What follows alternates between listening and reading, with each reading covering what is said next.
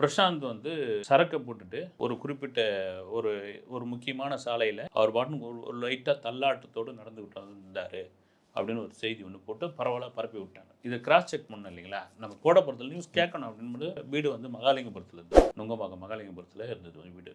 போனோம். பொண்ணை வாங்க உட்காருங்கன்னா இந்த மாதிரி செய்தி சார்னேன். நானும் அதை படித்தேன்.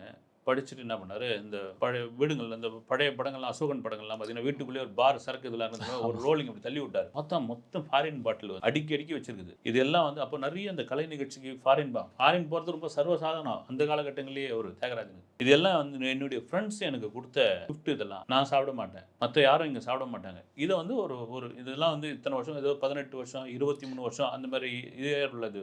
இதுலேருந்து ஒன்று எடுத்து பிரசாந்த் குடிச்சாருன்னா நான் என்னால் எனக்கு என்ன தெரியவா போகுது. இப்படி ஒரு இடம் இருக்கும் பொழுதே அவ்வளோ கரெக்டாக இருக்காருன்னா யாரோ வேண்டாதவங்க அவர் மீது வெறுப்பு கொண்டவர்கள் இந்த மாதிரியான விஷயத்தை அவங்க வந்து பரப்பியிருக்காங்க. நல்லா இருக்கட்டும்.